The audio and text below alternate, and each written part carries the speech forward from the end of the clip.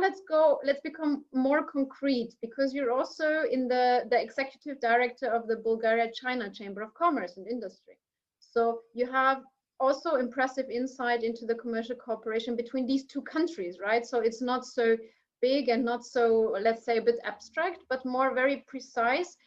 Can you please share the most relevant trends and news from the trade and cooperation between Bulgaria and China? I think this is an insight that I couldn't find too much about it. And I would be especially interested if you can touch upon that, if Bulgaria is active in the Belt and Road Initiative, for example. Sure. So I'll just explain a bit about where my perspective comes from, first of all. In terms of the Bulgaria-China Chamber of Commerce, I represent Bulgarian businesses, which are, by the definition of the EU of SMEs, all of them are SMEs virtually, just because of the small scale of the country compared to Europe in general. So that's one sort of source of my views and insights. And the other source of my views has to do with just researching the politics of China and Eastern Europe, and also joining some of the 16+1 discussions over the years. For instance, in 2018, we hosted the summit in Sofia. So I was actively engaged with some of our ministries and their talks with China. And at the other summits, for instance, earlier this year, I joined the commercial discussions as well. So that's where my insight is coming from. Now, at the state-to-state level, politically, traditionally, Bulgaria has a good political relationship with China because it's one of the first countries that recognized the PRC very early on. Now, that has not necessarily resulted in any tangible outcomes or any considerable economic engagement. In terms of the dialogue at the political level, apart from the government-to-government dialogue in the embassies, there should be, in theory, BRI mechanisms and the 16+1 mechanism. Now, what's sort of interesting there is that they've been more or less integrated into one, at least in the case of Bulgaria. So if we look at, for instance, when we joined the initiative, this was at a 16+1 summit. That was in 2015 in the Suzhou summit. That's also when a number of other Central and East European countries joined the initiative. So since then, a lot of the developments around sort of the BRI and the 16+1 have also happened at the 16+1 summits. So this is where our government-to-government dialogue is more active around these summits. We've also signed an agreement in principle, of course, for strategic cooperation with China, and that was during our current president, Rumen Radev's visit to China. Generally, the way that Bulgarian politics has played out in the past 10 years or so, we've had the current president who is more friendly in political terms to China, and we've had our previous prime minister, who we're about to have elections right now. So he just finished his mandate a few months ago. He will not get re-elected again. So this is the end of his tenure in power. And he used to be a lot more oriented towards a pro-Western approach. This was largely for political and personal sort of career-related reasons, that there was a certain sort of rhetoric that he wanted to maintain. So there was a split between the Bulgarian institutions and their approach to China in terms of rhetoric. But all of these things at the political level, they've largely had to do with summits, discussions, photo shoots, media announcements, but there hasn't been a lot of tangible progress there, in the sense that there are none of these huge investment projects that you might see, for instance, at Greek ports, or in terms of railways in other parts of Eastern Europe, in Bulgaria. A lot of the business that gets done between the two countries is based on channels that they just find themselves rather than going through the big fora. A part of it,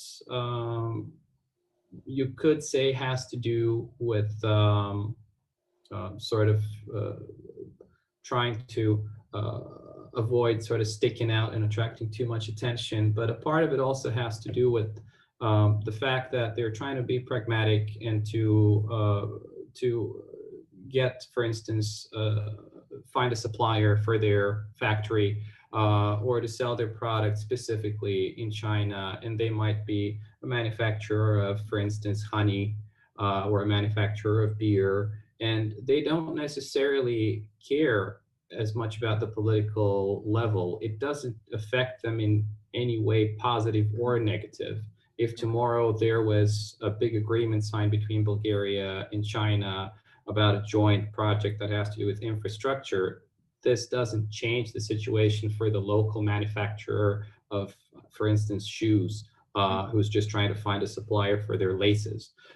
So a lot of the business engagement has to do with this direct engagement. Now, in terms of the specifics of the business relationship, when we look at trade, a large part of the trade has to do with the import of Chinese goods into Bulgaria, and this is very diverse. You don't have to be a trade expert. You can just walk into a Bulgarian shop or supermarket and see a lot of Chinese products there. I think this is a positive development for the average Bulgarian, because these products offer good value and good quality.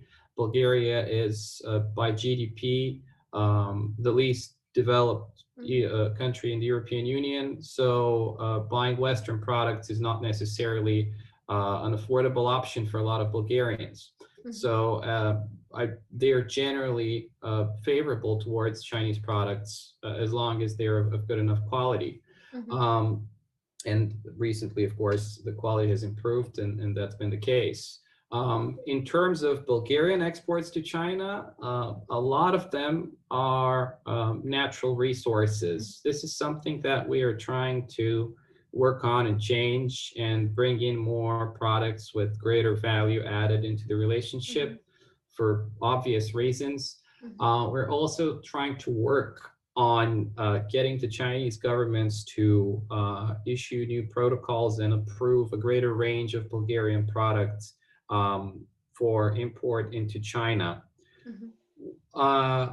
The reason specifically why the approval of these protocols has been slower than we would like is, of course, never directly stated. My assumption would be that the supply that Bulgaria would provide of these products is not necessarily large enough to get Chinese customs interested in moving these as fast as we would like to. But again, this is not something that I couldn't be able to confirm with you. This is just my assumption based on knowing China to a certain extent. And then in terms of the products that we have already sort of registered and have protocols for, any Bulgarian company could just try and file a line of products here for import, and they just pay the relevant fees, and they get a lawyer, and they get them approved for import into China. One of the things that we've tried to improve specifically is the marketing of Bulgaria in China. There's a number of reasons for that. One of it is that this would hopefully have a snowball effect and increase the volume of trade and the types of exports that we can viably do here significantly, because once people hear more about the country, they're going to be more likely to buy things from there. And also the big e-commerce platforms would be more willing and interested in promoting these products actively. And then the other aspect of this is that we would like to get more tourism from China, both for economic reasons. Tourism is one of the large contributors to Bulgarian GDP, and also because we would like to get more people-to-people exchange interactions there. When I say more people-to-people exchange, this term might sound a little bit sort of as if it's taken from the Chinese rhetoric to some of our listeners, but I literally mean it, because there are not a lot of Chinese people that even know anything about Bulgaria, or a lot of Bulgarians that have come to China. You get the odd person that's been on a trip here just for tourism and been to the Great Wall, but this is about it. Unless you're doing substantial business with China, you don't come here a lot. So we're trying to change this, because when people see things for themselves, it tends to change their perception about China or about Bulgaria in different ways, and then they can decide for themselves, what value there is each way. And finally, in terms of something perhaps most sort of common and tangible that we do on a day-to-day basis with the Chamber of Commerce, is we join a lot of the big Chinese expos, where we try to promote Bulgarian products and companies. And this also gives us the opportunity to talk to potential partners there, and we can then follow up on these conversations and go and do visits on site. And also we get to talk to local provincial governments and authorities there as well. Perhaps contrary to some of the media coverage in the English-speaking media on China, the officials here tend to be relatively happy to talk to you, especially if you're visiting their province for a business purpose. They're more than happy to listen to your concerns. Whether they can do anything about them is, of course, another matter, because they're constrained by various factors internally. But they're generally quite open to talking to us on a variety of topics, and trying to help us through sort of the provincial structures that are set up to promote trade. This is something that the government here does a lot more actively than it does in Europe or in other Western states. But overall, that's the picture. And through the expos, whether you're a Bulgarian company or a European company, this is something that you could consider either as a first step into China, or as a way to sort of expand your market and find more potential partners. And the good news is that it's not just us, it's also other chambers of commerce that join expos like these.